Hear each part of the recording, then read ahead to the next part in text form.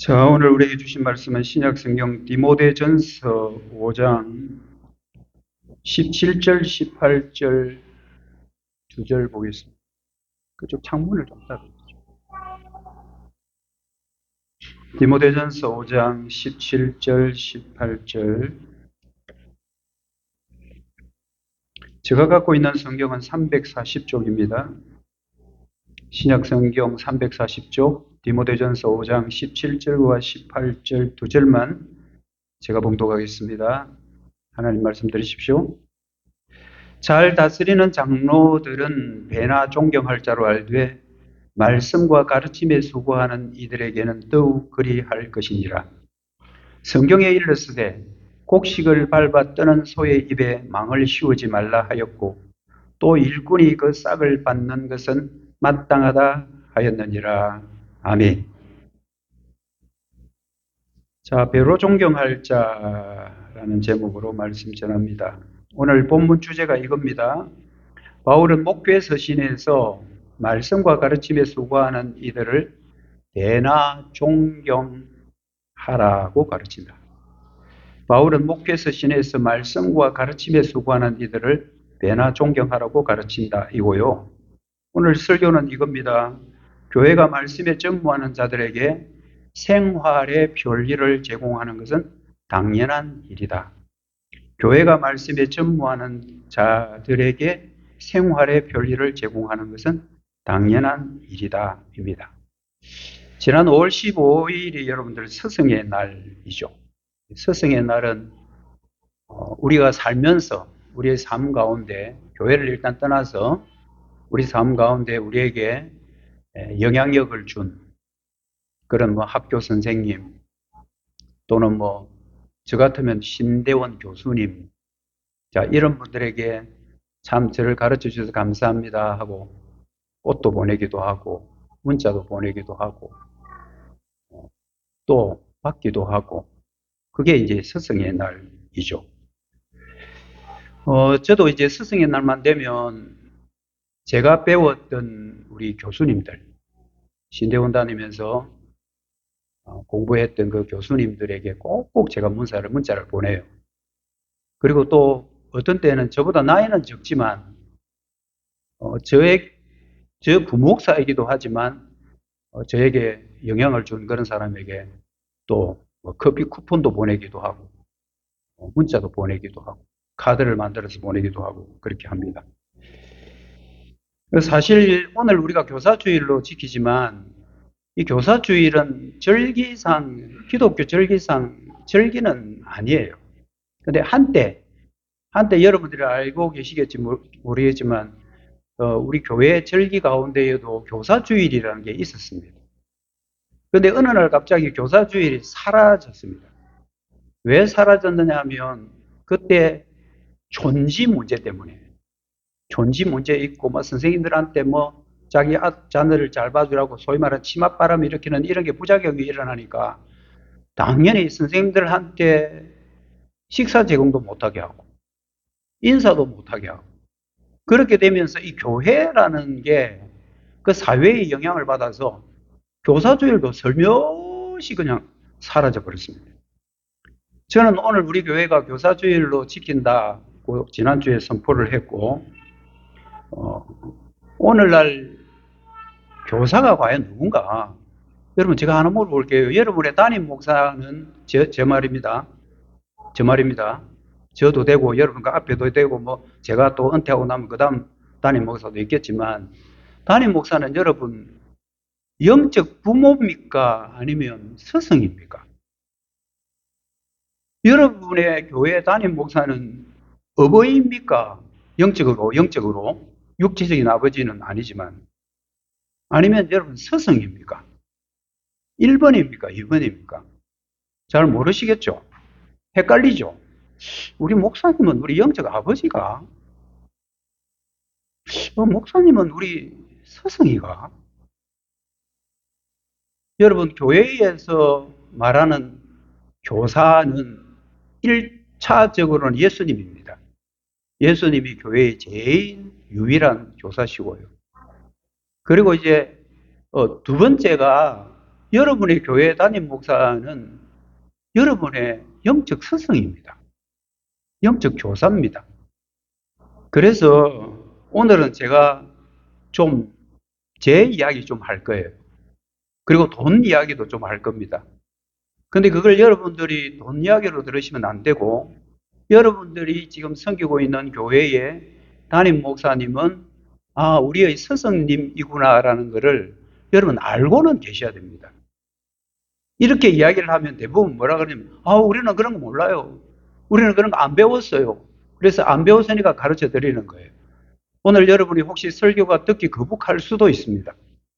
그렇지만 저는 이 교회 교사로서, 그리고 하나님의 말씀을 전하는 설교자로서 여러분들이 반드시 알아야 할 그 성경적 원리를 오늘 여러분들에게 좀 말씀드리려고 합니다. 전혀 오해 없기를 바라고요. 여러분 하나님의 말씀으로 겸손하고 온유한 마음으로 오늘 말씀을 받으시기를 바랍니다. 오늘 본문 이 디모데전서의 이 본문은요, 디모데전서 후반부에 해당이 되죠. 6장, 5장이니까 6장까지밖에 없으니까요. 그런데 여기 전체적인 내용이, 후반기 내용이 4장 1절부터 6장 마지막 절까지는 어떤 내용이냐면 신앙교육에 관한 거예요. 성도들이 어떻게 신앙생활을 하도록 해라. 디모데전서 후서는 목회서신이라고 그래가지고 바울의 자기의 후계자, 그리고 영적 아들이라고 말하는 디모데에게 보내는 편지거든요. 그 디모데는 에베소 교회의 목사님이셨어요. 에베소 교회 목사님인 디모데에게 그의 스승이고 영적 아버지 되는 그 바울 사도가 디모데에게 보내는 편지가 디모데전 후서, 목회 서신 이렇게 이야기합니다. 특히 그 4장 1절부터 6장 마지막까지는 신앙교육에 관한 것, 그리고 경건훈련, 그리고 각자 성도들이 어떻게 교회에서 신앙생활을 해야 성도로서의 바른 자세인지, 이런 교훈들이 4장 뒷부분에 쭉 나와 있습니다.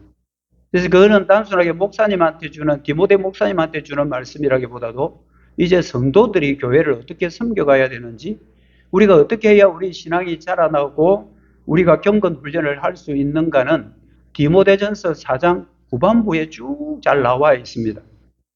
그 가운데 5장 17절에서 25절은 장로에 대한 예우예요. 장로에 대한 예우, 그리고 장로가 잘못할 때 교회는 어떻게 권징을 해야 되는가, 이것이 5장 17절에서 25절까지 쭉 기록되어 있습니다. 오늘 제가 읽은 17절, 18절은 장로에 대한 존경과 물질적 지원에 대한 당부, 이게 주제예요. 오늘 17절, 18절 읽었는데요. 이것만 생각하면 안 되고 우리가 전체 문맥을 쭉 따지고 볼 때 장로들에 대해서 어떻게 대해야 되는가, 또 장로가 잘못할 때는 교회에서 어떻게 시부를 해야 되는가, 이런 것들이 쭉 기록되어 있고요.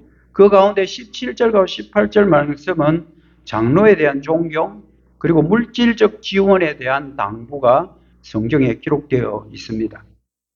일단 여러분, 장로라고 하면 두 파트로 나누는데요. 하나는 다스리는 장로, 하나는 가르치는 장로예요. 여러분, 교회 안에 장로는 저도 장로라고 불러야 돼요. 장로, 목사라 하지만 사실은 장로의 그룹 안에 들어가요. 장로는 다스리는 장로가 있고 가르치는 장로가 있는데, 이 사람들이 출발이 어디부터냐 하면 17절 상반절에 보면 잘 다스리는 장로들은 배나 존경해라. 여러분, 다스리는 장로를 배나 존경해라. 누구들보다 배나 존경해라고 하느냐 하면요, 연장자들입니다. 연장자들, 늙은이라고 표현하는데 이 나쁜 의미의 늙은이가 아니에요. 늙은이, 성경 그대로 해석하면 장로는 늙은이, 이런 뜻입니다. 그래서 그 늙은이들 가운데 특히 가르치는 그 장로들을, 다스리는 장로들을 배나 존경을 해라. 이 말씀이 17절 상반절에 나와 있습니다. 여기서 장로는요, 연장자 또는 늙은이. 한마디로 말하면 교회 오래오래 다녀가지고 연세가 많이 드신 분.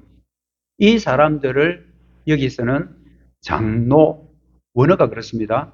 그리고 연장자 이렇게 표현하는 거예요. 디모데전서 5장 1절에 보면 늙은 이가 나오고 젊은 이가 나와요. 제가 한번 읽어볼게요. 늙은 이를 꾸짖지 말고 권하되 아버지에게 하듯 하며 젊은 이에게는 형제에게 하듯 해라. 늙은 이를 꾸짖지 말라는 거예요. 늙은 이를 존경하라는 말이죠. 이게 여러분들 바로 장로라는 원뜻이 있습니다. 늙었다, 나이가 많다, 연장자다. 이것을 성경에는 그냥 늙은이라고 되어 있지만 오늘 우리가 읽은 여기에서는 장로입니다. 그리고 젊은이들도 교회에 필요한데 예루살렘 교회가 처음에 시작하고 첫 번째 교회인 예루살렘 교회는 12사도들이 그 교회를 처음에 치리를 했어요. 다스렸어요. 근데 이제 교인들이 자꾸 이제 늘어나다 보니까 늙은 일을 다 하기에는 너무 힘든 일들이 생기는 거예요. 구제를 해야 된다든지 또 몸이 불편한 사람들을 부축한다든지 뭐 이런 사람들을 좀 모시고 옮긴다든지 이럴 때 젊은이들가 필요해서 그래 젊은이들을 따로 또 세워요.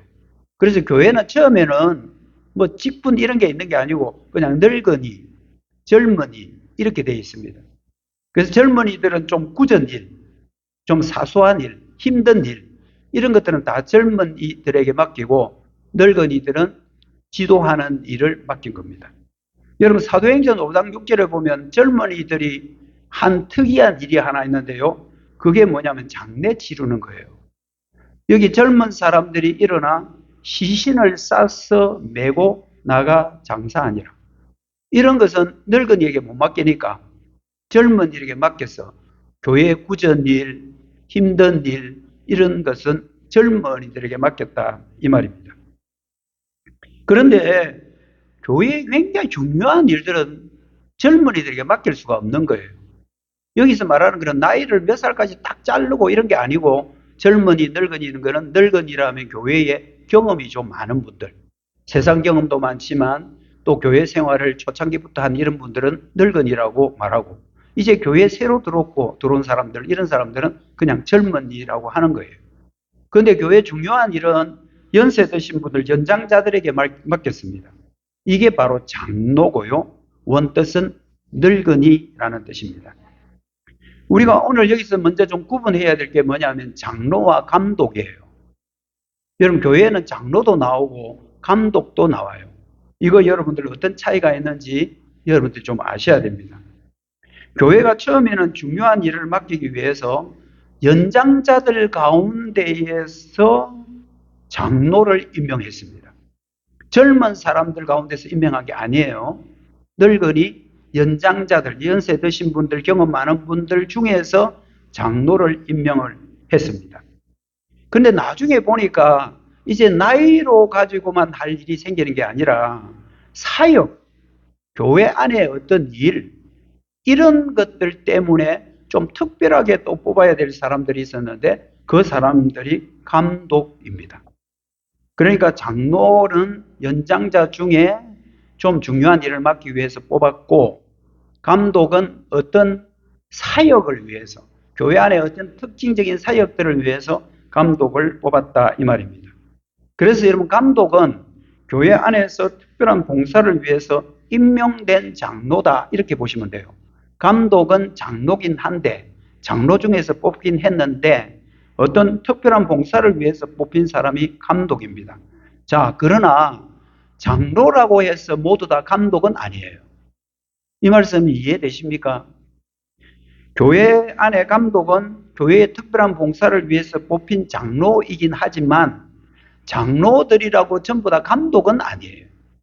감독은 장로 중에는 뽑아요. 그러나 장로가 전부 다 감독이 되는 것은 아니에요. 자, 이렇게 보시면 됩니다. 연세 드신 분이 1파트 중에 장로를 뽑습니다.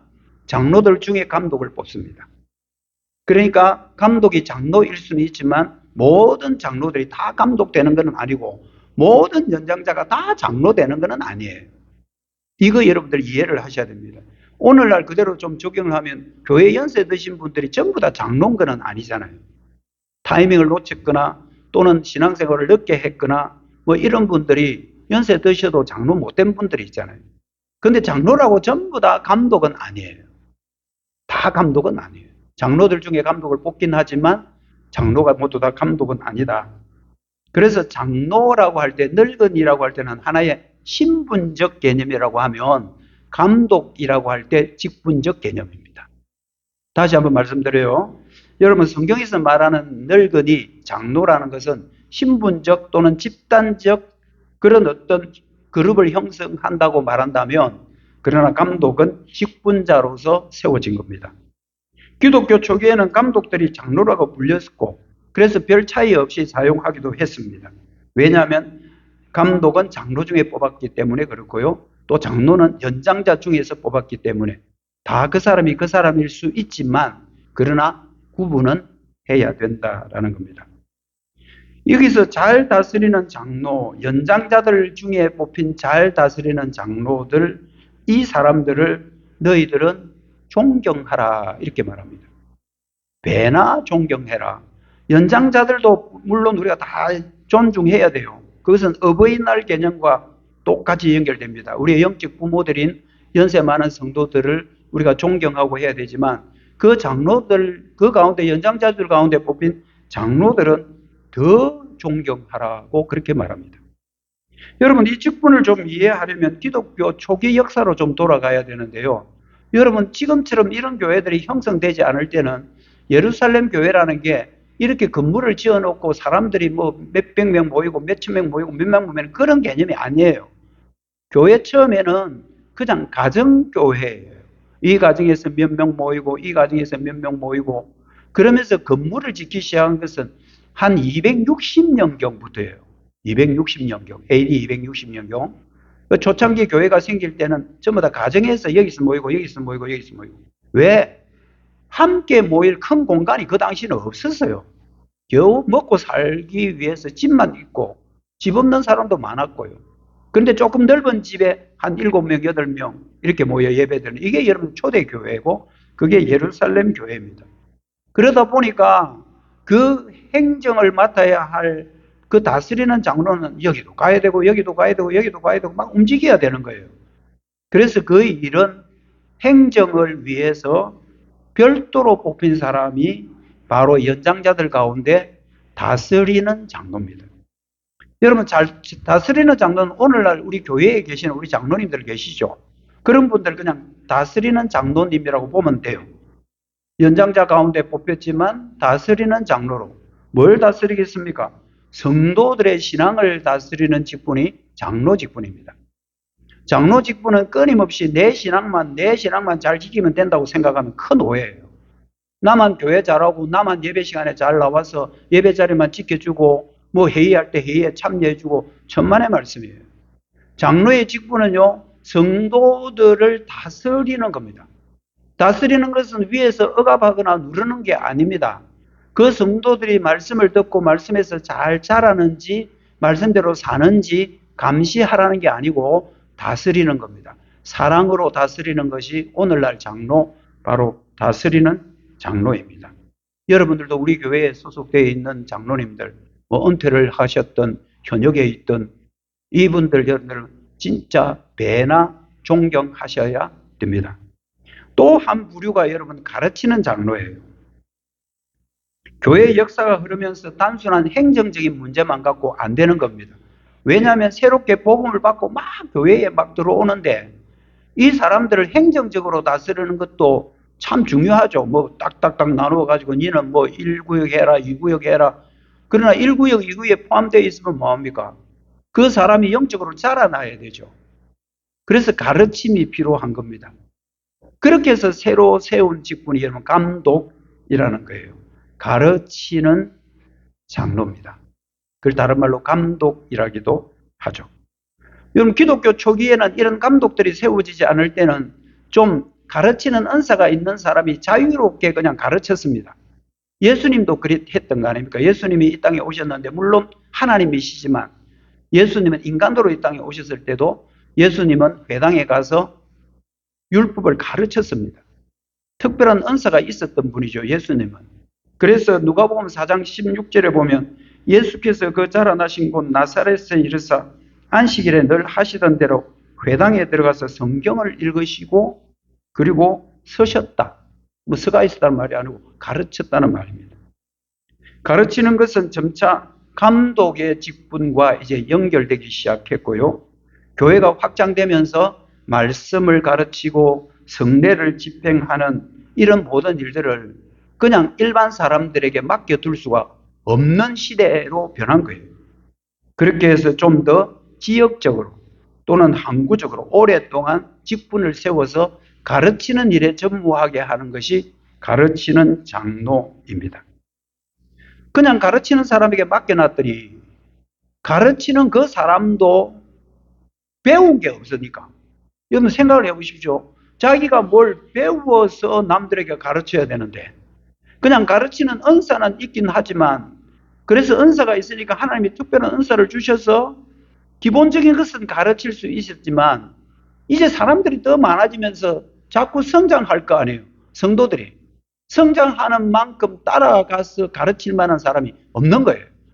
그렇게 해서 전문적으로 가르칠 수 있는 장로들을 세워서 감독의 일을 맡게 하고 그 사람들을 교회에 오랜 영속적인 직분을 준 것입니다.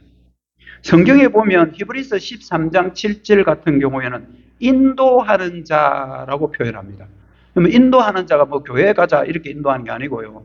그 영혼들을 바른 길로 인도한다는 뜻에서 그 가르치는 장로를 인도하는 자라고 하기도 하고 에베소서 4장 11절에는 아주 구체적으로 목사와 교사 딱 이렇게 되어 있습니다. 목사와 교사입니다. 그런데 여기 오해하면 안 될 게 이 교사가 주일학교 교사라 오해하면 안 됩니다. 여러분 보통 지금까지 우리가 교사주의로 지키면 누구를 막 높였냐 하면 주일학교 교사들 나오세요. SFC 교사들, 중고등부 교사들 나오세요.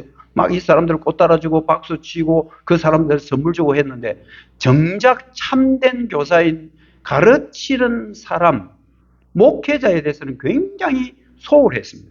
그게 왜 그러냐면요. 목사님이 자기를 축하해주고 말을 못하는 거예요.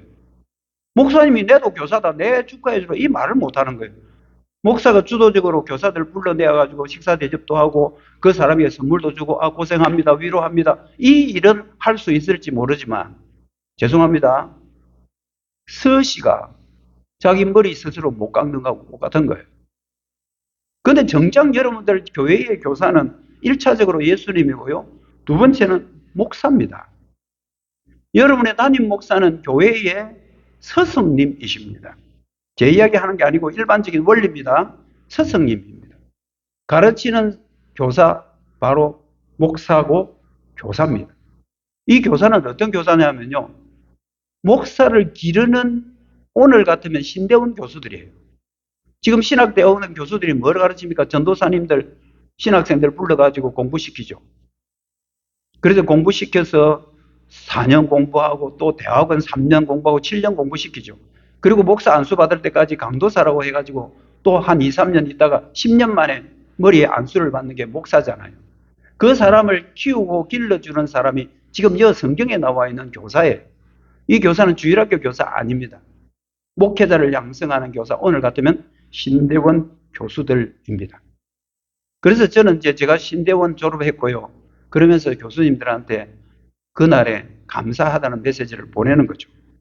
여러분 성경은 다스리는 장로도 존경해야 되지만 가르치는 장로에 대해서는 더욱 그리 해라. 17절 하반절입니다. 말씀과 가르침에 수고하는 이들에게는 더욱 그리 해라. 연장자도 존경해야 됩니다. 연세 드신 분. 그리고 거기서 뽑힌 다스리는 장로님도 존경해야 됩니다. 그러나 거기서 또 뽑힌 가르치는 장로님은 더욱 그리 해라. 참 오늘 제 이야기하는 것 같지만 제 얘기 아니라고 여러분들 몇 번 이야기합니다. 저는 이 교회 몇 년 있으면 이제 떠날 거예요. 은퇴하면. 그럼 다른 목사님 오실 거 아니에요. 그때도 여러분들 이거는 알고 있으란 말입니다. 그렇게 안 하면 당신들 뭐 배웠어? 우리가 몰랐는데요. 몰랐는데 하면 안 되죠. 모르면 배워야 되죠. 여기서 말하는 여러분 다스리는 장로를 보다 더 그리해라는 것은 가르치는 장로인 오늘날 목사와 교사들입니다.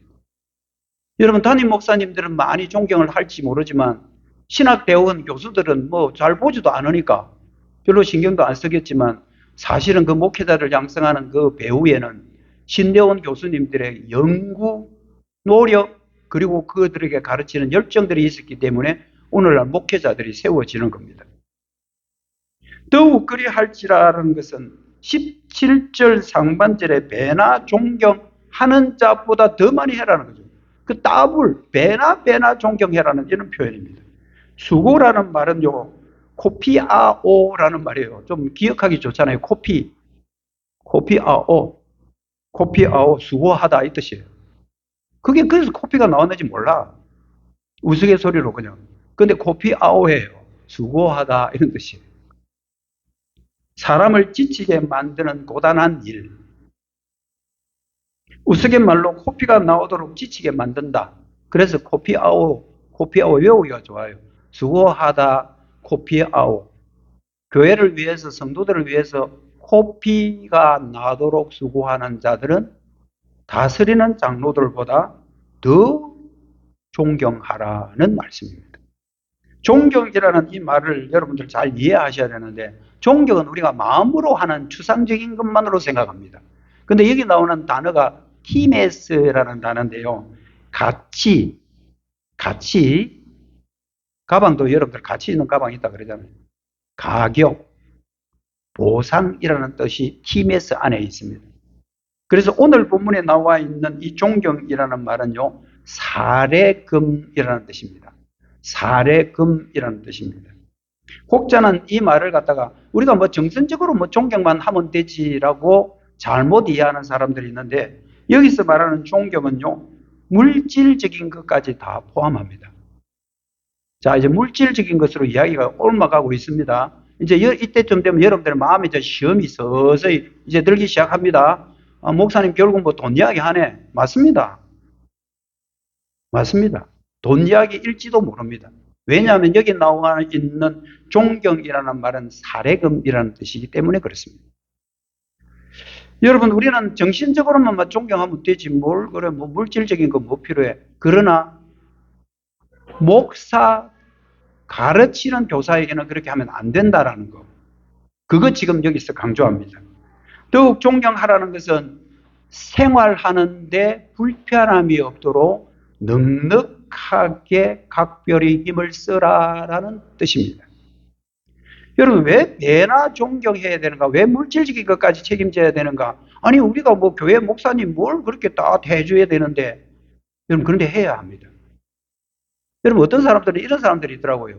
우리 사천용광장로교회 담임 목사 재산이라고. 이 전부 다가. 이 교회 거 전부 다 목사님 거 아닙니까? 이러는 생각하는 사람도 있더라고요. 근데 죄송하면 저는 집이 없습니다. 그냥 교회에서 마련한 사택에 살고 있는 거죠. 물론 우리 교회에서 전세비를 내기는 하지만 제가 그 살고 있는 그 제 집 아니잖아요. 그 어떤 사람들은 이 교회 전부 다 재산 뭐 헌금 나오면 전부 다 목사님이 다 가져가는 걸로 착각하는데요. 천만의 말씀입니다. 여러분도 가끔씩 저 뒤에 붙여놓은 우리 월별 우리 교회 재정난 한 번씩 보십시오. 그럼 담임 목사가 한 달에 얼마를 돈을 받아가서 생활을 하는지를 여러분들이 직접 목격하셔야 됩니다. 여러분, 이 재산 제 거 아닙니다. 교회 거죠. 여기서 저는 생활비를 받는 겁니다. 왜 배나 존경해야 되나? 왜 우리가 목사님한테 그렇게 신경을 써야 되나? 그 이유가 있습니다. 성경적인 원리를 여러분들 제대로 이해를 좀 하시기를 바랍니다. 18절에 보면 왜냐하면 성경에 일렀으되 곡식을 밟아 떠는 소의 입에 망을 씌우지 말라 했고, 또 하나 일꾼이 그 싹을 받는 것은 마땅하다. 여러분, 18절은 성경 두 군데가 나옵니다. 성경 두 군데예요. 첫 번째는 구약 성경, 구약에서 나오는 거 하나 인용했고, 하나는 신약 성경에 나오는 것을 인용했습니다. 누가? 바울이. 바울 사도가 두 군데 성경을 인용하는데 하나는 구약 성경, 하나는 신약 성경입니다. 여러분, 구약 성경은 어디서 인용했냐면 신명기 25장 4절입니다. 곡식 뜨는 소에게 망을 씌우지 마라. 여러분 이게 무슨 말인지 이해하십니까? 곡식을 뜨는 소에게 망을 씌우지 마라. 옛날에는 여러분들 약간 언덕 바람 잘 통하는데 타작마당이라는 게 있었어요. 우리나라도 옛날에 타작마당이 있었던 걸로 기억해요. 제가 한번 어령에 우리 고모집에 가면 할아버지 서산에 가면 타작마당이 별도로 평평하게 해놓고 그다음 곡식도 말리기도 하고 그다음 곡식을 거기에 깨 같은 거 털기도 하고 이만한 거 가지고 도리깨로 막 이렇게 치고 한 그 타작마당이잖아요. 여러분 여기 곡식을 밟았다는 소라고 할 때는 타작마당 먼저 생각해야 됩니다. 옛날에는 타작기구가 없었잖아요. 탈곡기가 없었잖아요. 그러놓으니까 그냥 쭉 내려놓습니다. 그럼 말려요. 말려놓고 나서 그것을 갖다가 소가 그 위를 맑게 해가지고 그 안에 알곡들이 빠지게 소가 타작을 한 거예요. 그런데 이방인들은 그 소가 타작을 할 때 소가 못 먹게 하려고 여기다 입에다가 망을 딱 씌웠어요. 먹지 말라고. 사람들이 먹는 곡식을 왜 소가 먹게 만드냐 이래가지고 전부 다 이 앞에다 이렇게 막아놓은 거예요. 그게 그 당시에 많은 세상의 사람들이 하는 일인데 하나님께서는 율법을 주실 때 뭐라고 그러냐면 그 곡식 트는 소의 망은 씌우지 마라. 왜? 밟고 다니다가 소가 배고프면 그냥 먹도록 해라. 그거는 먹도록 해라. 그것까지 막으면 안 된다. 이거는 창조주 하나님이 피조물에 대한 사랑과 긍휼의 표현입니다. 사람뿐만 아니라 동물에게도 하나님께서 그런 긍휼을 베풀어 주시는 것이죠.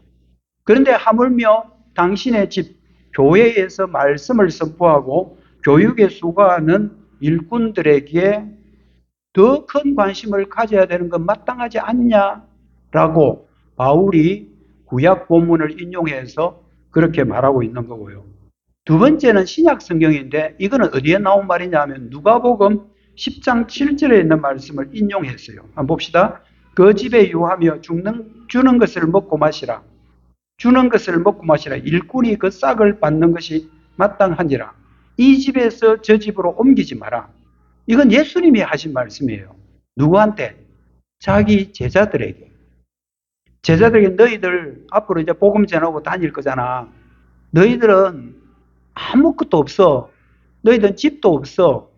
그냥 어디 가든지 그 집에 가거든 그 집에 주는 대로 먹고 살다가 또 그 지역의 전도 끝나고 나면 다른 지역으로 옮기면 그 집에 가서 그냥 전도 끝날 때까지 거기 먹고 있어. 다른 데 옮기지 마. 그 말입니다. 그 집에 유하고 주는 것을 먹고 마시라. 그 집에서 제공하는 것 먹고 마시라.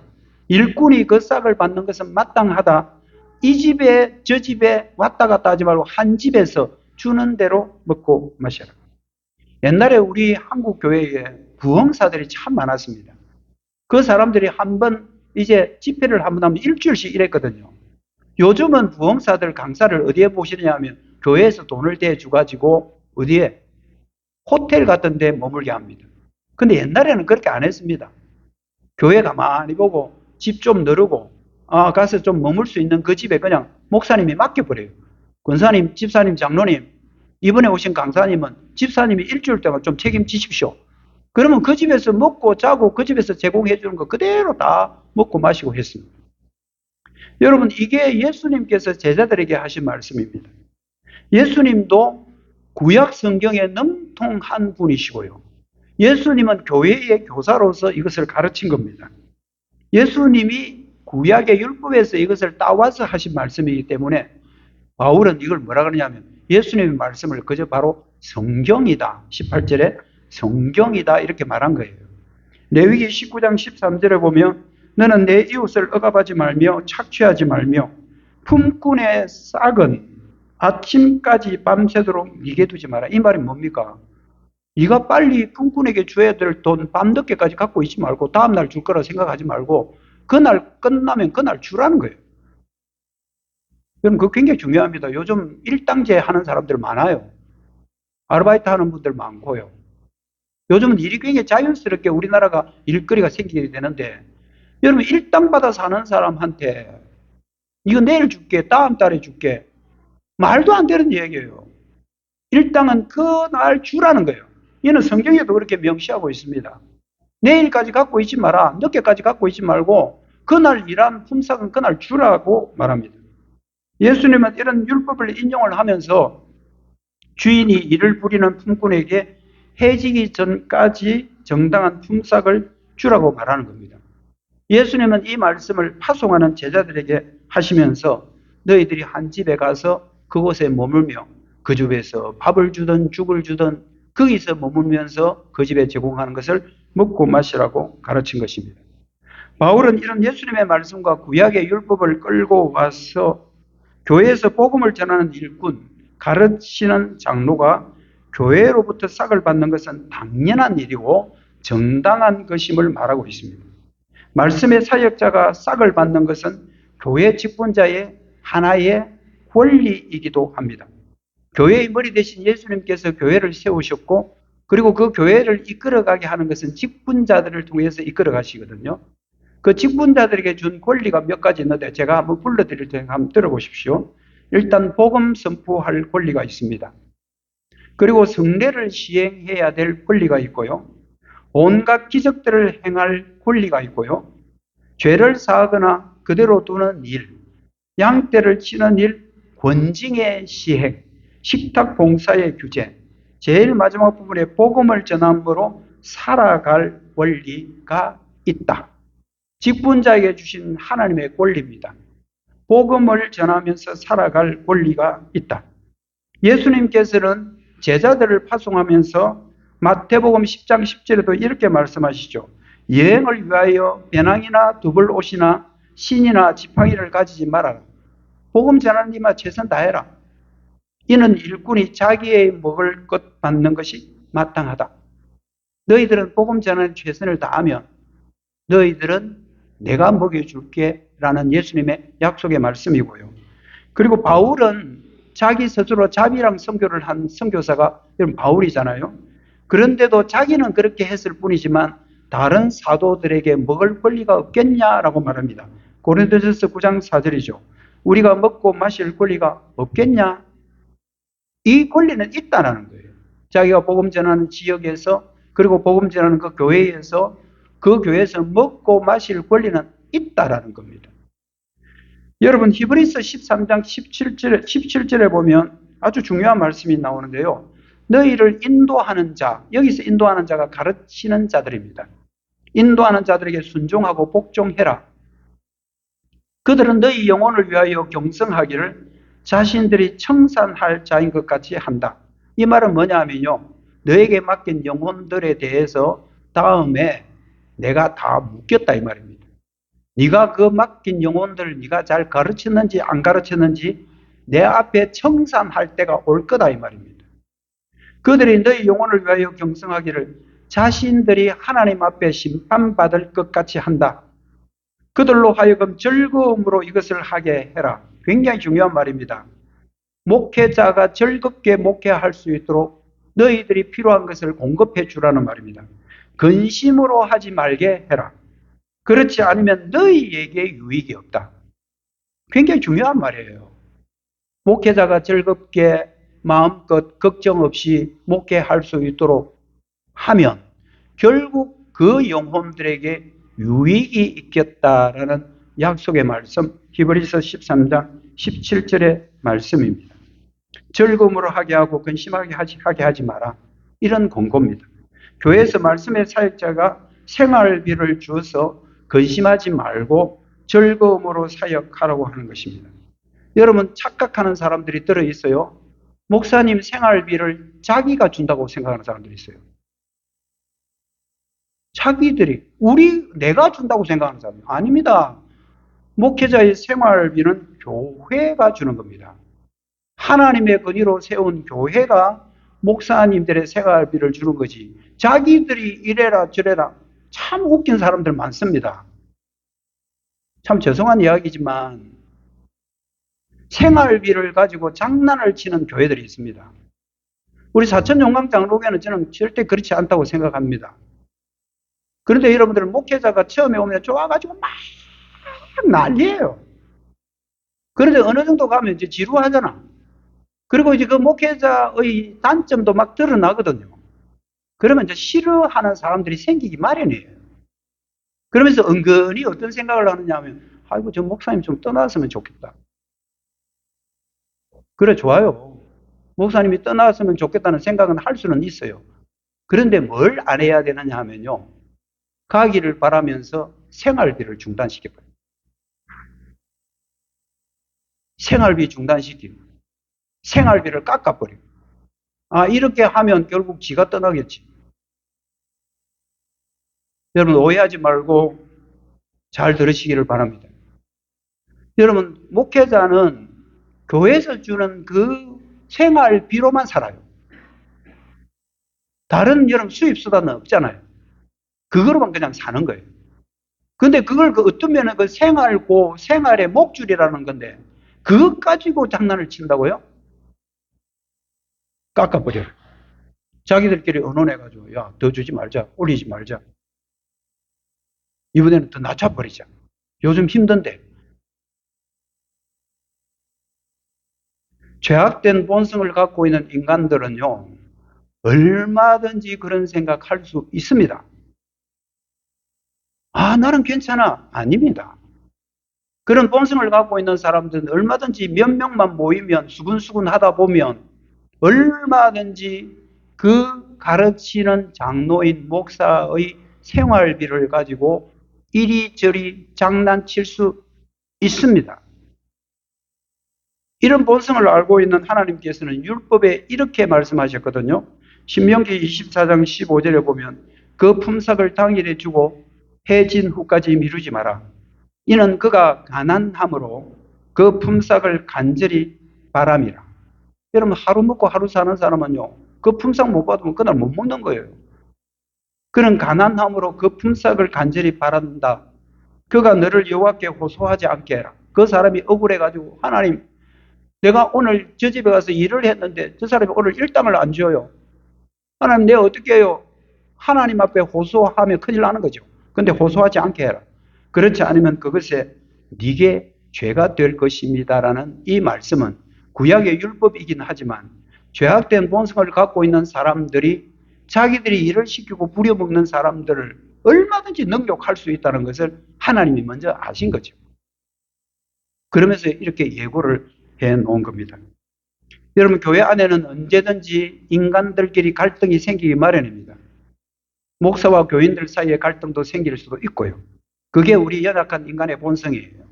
그런데 갈등이 생기면 그 갈등의 문제만 가지고 서로 기도하면서 해결하려고 노력해야 됩니다. 서로 기도하면서 격려하고 지혜를 주시는 것 가지고 서로 노력해야 됩니다. 그런데 그런 갈등들을 해결할 생각을 하지 않고 목회자에 주는 한 달 생활비를 가지고 장난치는 것은 굉장히 악한 일입니다. 굉장히 악한 일입니다. 우리 사천용광장로교회는 그럴 리도 없겠지만 지상교회에 지금 그렇게 하는 교회들이 들어있기 때문에 높았음에서 제가 드리는 말씀이에요. 여러분, 하나님의 교회에 복음을 전하고 그 일에만 올일하는 사람은요, 그 사람의 생활비를 교회가 주는 겁니다. 제가 지금 30년이 지났는데도 이 이야기하고 마치겠습니다. 30년이 지났는데도 제가 뼛속 깊이 새겨지는 말이 하나 있습니다. 참 이게 제가 그분 돌아가실 때 그분이 저한테 사과를 하더라고요. 그 제가 눈물도 흘리면서 전화로 물론 했지만 괜찮습니다. 괜찮습니다. 하고 그분은 저보다 훨씬 젊은데 먼저 갔습니다. 갔는데 그분에 대한 이야기입니다. 제가 제일 처음에 갔던 교회가 제 생활비 30만 원 받았습니다. 30만 원. 1990년도 이야기예요. 그럼 30만 원 받고 우리 5가족이 그때 제가 또 공부도 하고 있었고요. 그렇게 살았습니다. 물론 다른 후원들이 있긴 했죠. 근데 이제 그 교회는 1년에 2번 보너스 주는 거예요. 우리 교회처럼. 우리 교회도 이런 보너스 2번 주거든요. 그러면 30만의 보너스가 중봉이면 60만 원이잖아요. 그런데 60만 원을 지불한 거예요. 그런데 이제 그 재직회를 매달 하는데 그 재직회도 참여도 안 하는 그분이 그날 어떻게 참여해가지고 떡 보니까 전도사님 생활비가 60만 원이거든. 손 딱 들더니만 우리 교회 전도사님 무슨 생활비를 60만 원씩 줍니까? 이러더라고요. 30만 원인데 그 달만 중봉 더블로 준 달에 하필이면 그때 와가지고 참 제가 기가 찹니다. 그렇다고 그 뭐 싸우겠습니까? 그래서 오늘은 이번 달은 제가 배로 받는 달이 돼서 60만 원 받았습니다. 그래가 끝났어요. 근데 참 마음 아프게도 그분이 얼마 안 돼가지고 병이 생겼는데 자기가 이제 나는 그때 그 전혀 몰랐습니다. 병원에서 전화가 왔더라고요. 그래 저 누구누구예요 목사님 참 죄송해요. 그래 왜 그럽니까 하니까 아 제가 병원이에요. 몸이 안 좋아가지고 있어요. 나중에 제가 들었는데 그분이 이제 암이 와가지고 거의 죽기 직전인 거예요. 저는 그거 몰랐습니다. 그래서 제가 아유 괜찮습니다. 뭐 다 지난 이야기인데요. 저는 그 지난 얘기를 꽁하게 생각한다는 말이 아니고 그런 경우가 목회자의 마음에 굉장히 아픔을 주는 이야기이기 때문에 여러분 돈 같은 이야기를 가지고 아, 목사님 이렇게 합시다 저렇게 합시다는 다 좋지만 상처 주는 말은 조심하셔야 됩니다. 이제 말씀을 마무리할게요. 교회의 가장 중요한 사역은 여러분 가르치는 사역입니다. 무엇보다도 복음 가르쳐야 됩니다. 왜? 복음을 받고 구원을 누리니까요. 그래서 복음을 들어야 되고 복음을 가르치는 자가 있어야 됩니다. 저는 매주마다 여러분들에게 복음을 전하려고 애를 씁니다. 하나님의 말씀의 사역자죠. 그리고 또 하나는 가르치는 거잖아요. 이게 교회에서는 굉장히 중요한 사역입니다. 가르치는 것, 복음 전하는 것. 이 일을 위해서 올인하는 사람들에게는 교회가 생활비를 책임져야 된다는 거. 여러분들 다 지금 잘 하고 계십니다. 우리 사천종강장로교회는 제 뭐 부족함이 없이 잘 하고 계시지만 이런 것들을 한 번은 들어 놓으셔야 됩니다. 그래서 오늘 교사주의를 맞이해서 정말 교회의 참 교사인 목회자, 여러분들이 앞에도 잘했겠지만 다음에 혹시 제가 이 교회 은퇴하고 나서 다른 분이 오시더라도 여러분들은 그분들한테 배운 대로 하셔야 됩니다. 가르치는 사역은 매우 중요합니다. 그래서 가르치는 자가 가르치는 일에 복음 전하는 일에 전무하도록 목회자를 청빙하고 목회자를 청빙할 때 이 목회자의 생활비는 저희들이 책임지겠습니다 하고 여러분들이 사인을 다 했고요. 그리고 목회자를 청빙하는 겁니다. 말씀의 사역자는 오직 교회에서 주는 그 생활비로 먹고 삽니다. 교회는 목회자의 생활을 마땅히 책임져야 합니다. 가장 악한 것은 생활비를 가지고 장난치는 거 굉장히 악한 겁니다. 그것은 정말 가르치는 장로를 근심하게 하는 것입니다. 우리 교회는 그럴 리가 없겠지만 가르치는 장로로서 목회자를 여러분들이 청빙한 만큼 저를 포함해서도 앞으로 여러분들 목회자에게 교사, 우리 교회 교사님, 우리 교회 스승님이라는 이런 생각 항상 갖고 존경하고 그들의 생활비를 잘 책임져서 하나님의 말씀대로 순종하는 교회가 되기를 주님의 이름으로 축복합니다. 혹시 오늘 말씀 들으면서 여러분들의 마음에 끄리낌이 없도록 제가 이 말씀 준비하면서 기도도 참 많이 했지만 여러분들의 마음에 시험 안 드시기를 바라고요. 이거는 성경의 원리라는 것. 여러분들 우리 교회 목사님은 우리의 교회 스승님이시다라는 생각 절대 버리지 마셔야 됩니다.